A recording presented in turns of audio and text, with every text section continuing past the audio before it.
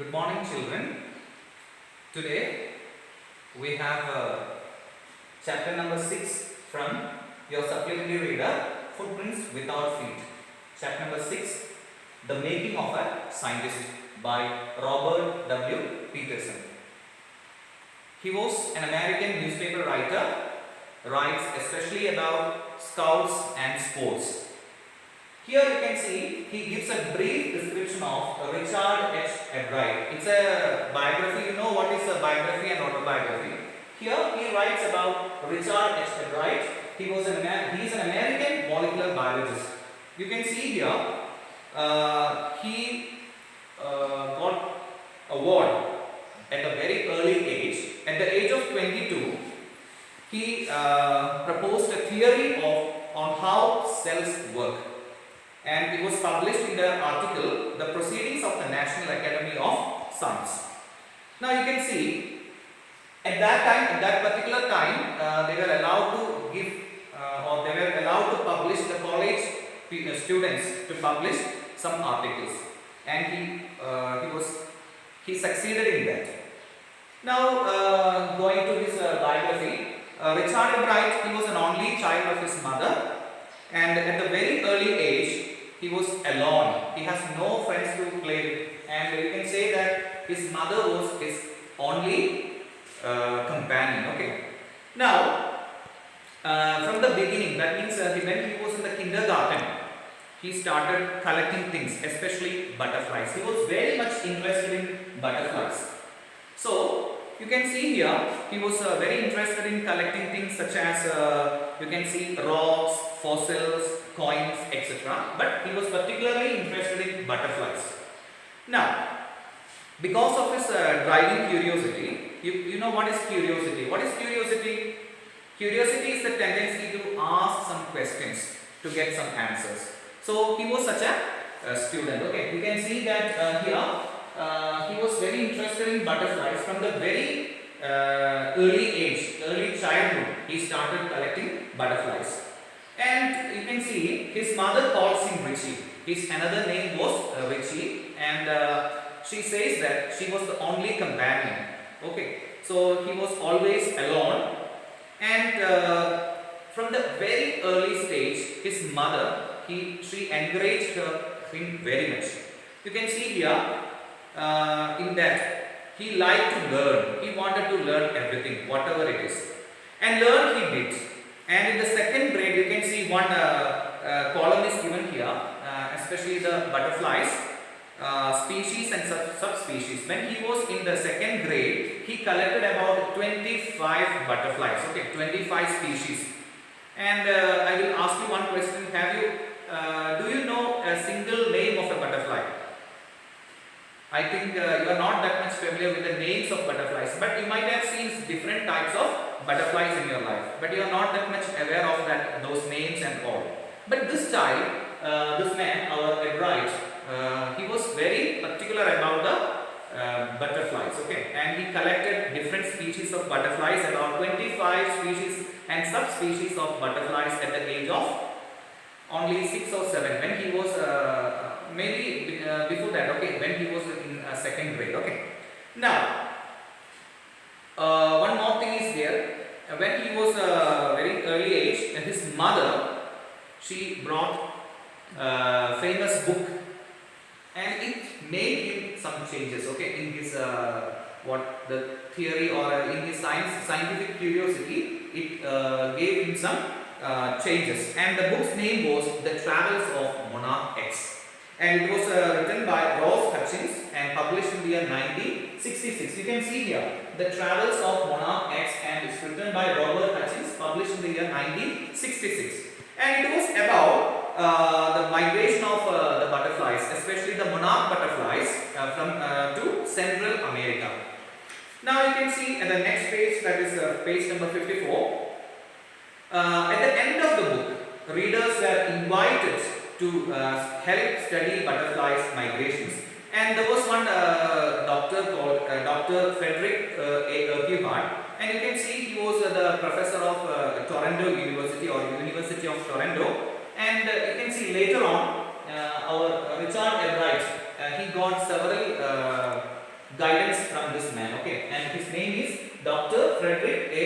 hut. Okay, so he invited the people to collect the butterflies and tag the butterflies wings some information, so that they can find the butterflies are going from one place to another. Okay, the migration, especially the migration. Okay, so butterfly was asked to send the tag to, after getting this butterfly, suppose a person is getting this butterfly somewhere, and this man, Q-Hart, was asked to send the tag to Mr. Dr. Q-Hart. Okay.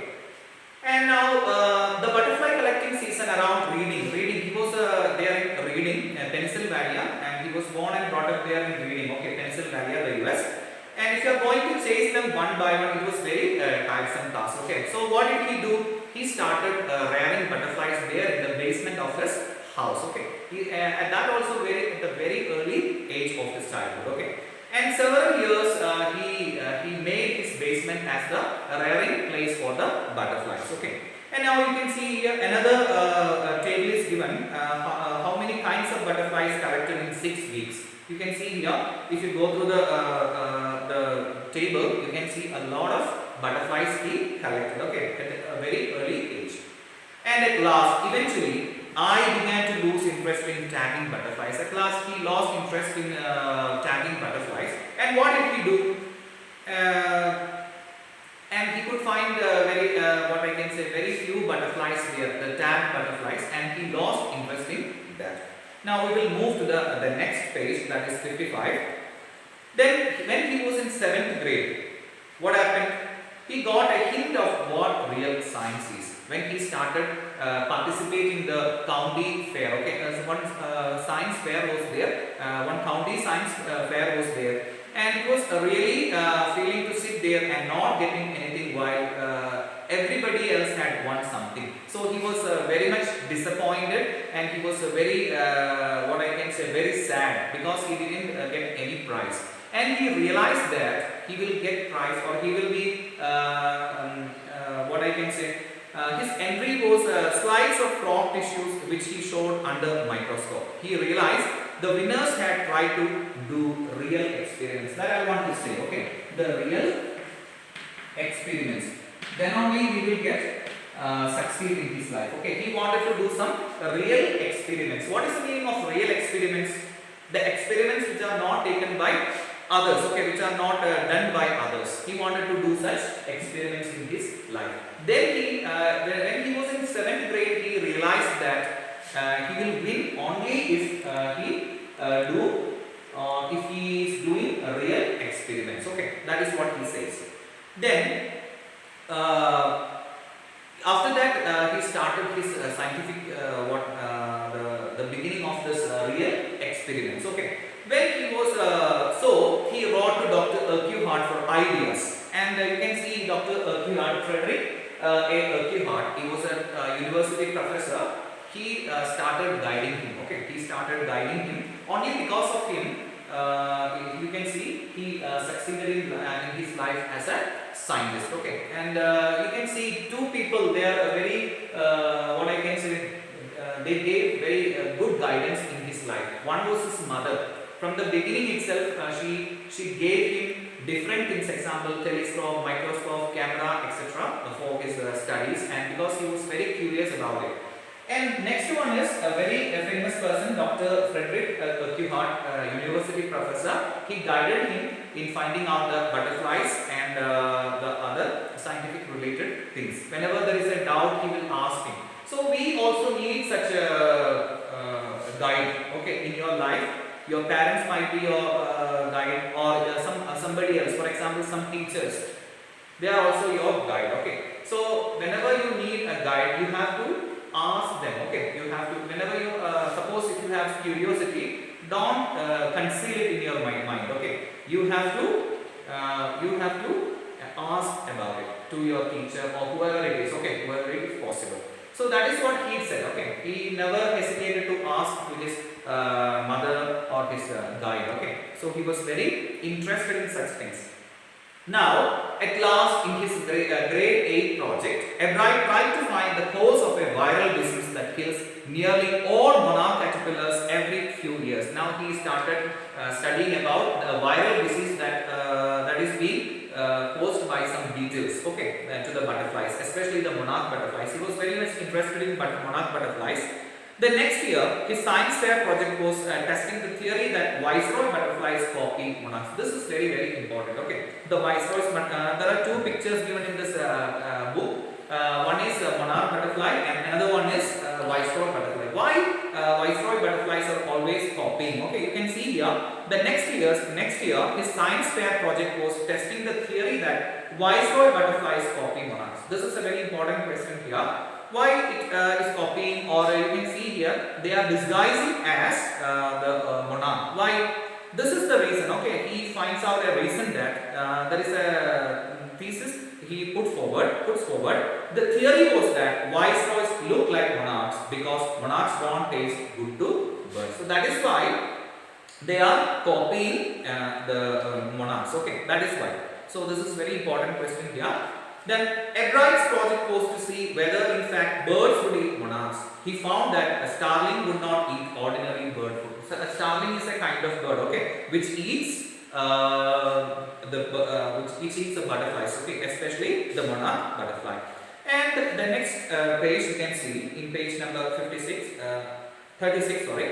In this second year in high school, Richard Ebright began the research that led to the discovery of an unknown insect hormone. Indirectly, it also led to the new theory of life of cell. So this is very, very important in his life. Okay, and only this why he became very famous on theory on the life of cells, how the cells work. Okay, that is what he invented. Okay, the question he tried to answer was simple. What is the purpose of the 12 tiny gold spots on a monarch pupa? So he finds some, you know what is pupa? There is one cycle for the butterfly. Okay. So a pupa is, you can see it is inside. It will be like a worm. Okay, inside the pupa, and there was a 12 tiny spots there on the pupa, and he was particularly interested in this. Why it is so? So he was very much particularly very interested in this. And what did he do? He started studying a project. Okay. This project, you can see, to find the answer, Ebright and other excellent science students, first he had to build a device that showed that the spores were producing a hormone necessary for the butterfly's full development. So it produces one hormone. Okay. So he finds out because of this spore, this butterfly, it will eat this hormone and it will develop in its full size. Okay. Otherwise, it cannot grow. Okay, it cannot grow. That is why. And this project won Ebright first place in the county fair and entry into the international science and engineering fair.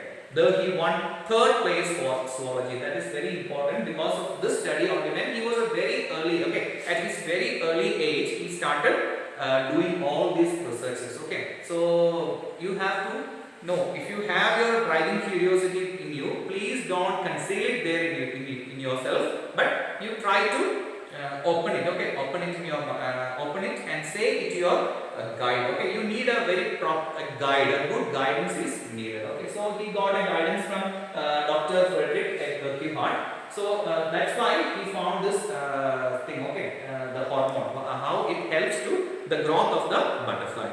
As a high school junior, Richard Ebright continued his advanced experiments on the monarch pupa. So he started doing the research again and again, and he started in several laboratories, and one of the laboratories is International Science, one laboratory is laboratory of the US Department of Agriculture, and several other labs are there, laboratories are there where he worked. Okay. Now, after some years, okay, his fresh year in Harvard University, Ebright went back to the laboratory of the Department of Agriculture. So he started doing some research work there, and especially the gold spots. Okay, because of that, this gold spot, he started doing research again on that. Okay, now a year and a half later, during his junior year, Ebright got the idea for how the new theory about cell life. So he started doing the research on the how cells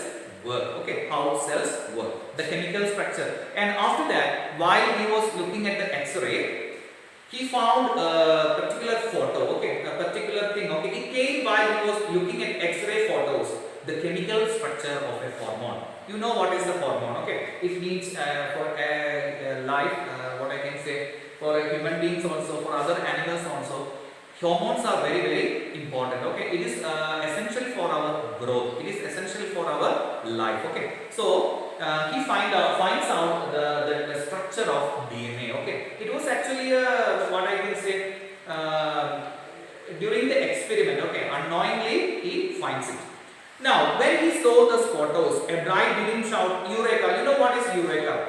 It is one word related to Archimedes. Okay, Archimedes. You know what is it? Okay, I don't want to explain it. Eureka! Or even I have got it. But he believed that along with his findings about insect hormones, the photos gave him the answer to one of the biology's puzzles. How the cell can read the blueprint of DNA. What is DNA? This is important. What is DNA? It is related to science. Okay, DNA means deoxyribonucleic acid. Okay, deoxyribonucleic acid. So everywhere you can see in every gene, genetics and genetical studies, DNA is very, very important. And nowadays we are using this DNA to prove that you can see some even in criminology we are using this DNA. Okay, DNA for in order to identify a particular person.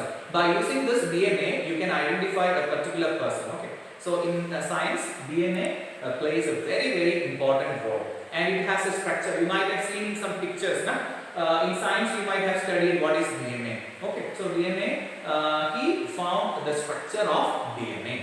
Now, DNA is the substance in the nucleus of a cell that controls heredity. So, heredity, you know, your father, father's father, and your forefathers, they all have some elements in the DNA. Okay, some elements will be there in the DNA. So DNA says your heredity. Okay, it will determine your heredity. Some, for example, your father and mother. Some portions will be from your father and some portions will be from your mother. Okay, some characteristics will be there. Okay, it will be followed in the next generation also. Okay, so generation genetics and DNA is very, very important, and he studies on the DNA. And at last, a bride and his college roommate James R. Wong. Very important name. Another name is James R. Wong. Okay, that was his school or college mate James R. Wong. Along with him, he started drawing pictures, then what I can say, constructing plastic models, for example, molecules, etc. And he started working on that particular DNA structure. Okay. Surprising, no one who knew him, Richard Ebright graduated from the University of Harvard with highest honors, second in his class, that was 10th marks. Okay. Ebright went on to become a graduate student researcher at Harvard Medical School. There he began doing experiments to test his theory. And this is all because of his scientific curiosity. Okay, because of his scientific curiosity only, he became succeeded, or he succeeded in his life. Okay. Now, you can see here, along with this research and all, he was a very good canoeist. Canoeist, you know what is a canoeist? He was a boat rider. He was very interested in racing boats. Then what else? And he was a debater also. And you can see his presence in most of the debates in the US, especially the molecular biology. He was very interested in molecular biology. Okay, and you can see here.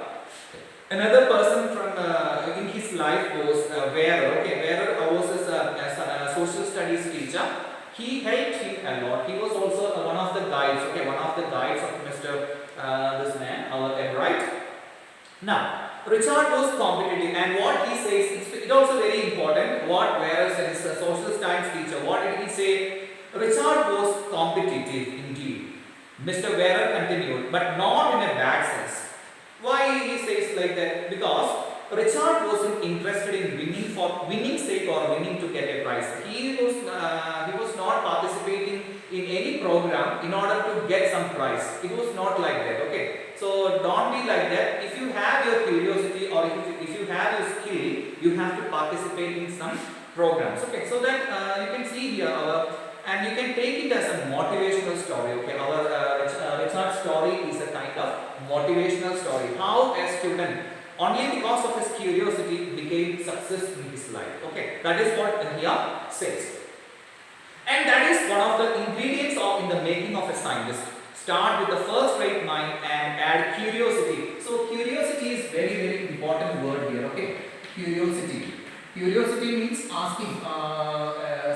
So suppose if you are very excited and you have to ask some questions to somebody. Okay, why it happens? So why is a big question. Why is a big question. So here, because of the scientific curiosity only, this man or Richard H. Albright became a very famous scientist. Okay, now he lives in the US and now he is some 61 years old. Okay, so this is a kind of motivational story. Take it as a motivational story because of this one book. What was the name of the book? Yes, The Travels of Monarch X. It opened him the life, the world of science to him. Not only that, you have to remember the names of those people. Okay, his mother and his guide. Who are those guides? You can say Dr. Frederick Kuhart was one of his guides, and another man was there. He was Vera. Okay, Vera is a social science teacher. And one man was there, and he helped him. His roommate, that was James R. Bone. All these names you have to remember, keep it in your mind when you go to the exam. Okay, this is not for the exam point of view, but take it as a motivational story of a great scientist. Okay, so thank you students, thank you very much.